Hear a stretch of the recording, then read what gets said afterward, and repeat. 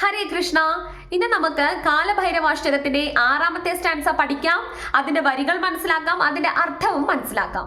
രത്നപാദുകാ പ്രഭാഭിരാമപാദയുഗ്മുഖം നിത്യമദ്വതീയമിഷ്ടദൈവതം നിരഞ്ജനം മൃത്യുദർപ്പനാശനം കരാളദംഷ്ട്രമോഷണം കാശികാപുരാധിനാഥ കാലഭൈരവം ഭജേ കാശികാപുരാധിനാഥ കാലഭൈരവം ഭജേ.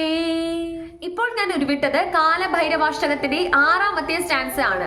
ഇതിന്റെ അർത്ഥം ഇങ്ങനെയാകുന്നു: സാക്ഷാൽ കാശിയിലെ നാഥനായ കാലഭൈരവ സ്വാമിയുടെ മുന്നിൽ എന്റെ പ്രണാമം ഞാൻ അർപ്പിക്കുന്നു. അദ്ദേഹം രത്നപാതുകം ധരിച്ച ദേവാദിദേവനായ മഹാദേവനാണ്. അദ്ദേഹം ദേവാദിദേവനാണ്, ദേവന്മാരുടെ ഇഷ്ടദേവനാണ്. അദ്ദേഹം യമദേവന്റെ, അതായത് കാലദേവന്റെ ഗർവിനെ വരെ നശിപ്പിച്ച ദേവനാണ് സാക്ഷാൽ മഹാദേവൻ.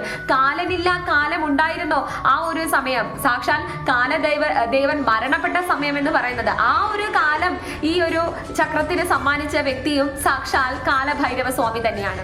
കാശി കാലഭൈരവ സ്വാമിയുടെ മുന്നിൽ എന്റെ ഭക്തി ഞാൻ അർപ്പിക്കുന്നു, അദ്ദേഹത്തിന്റെ മുന്നിൽ ഞാൻ എന്റെ ശിരസ് വന്ദിക്കുന്നു എന്നതാണ് ഈ ഒരു 4 വരിയുടെ അർത്ഥം എന്ന് പറയുന്നത്.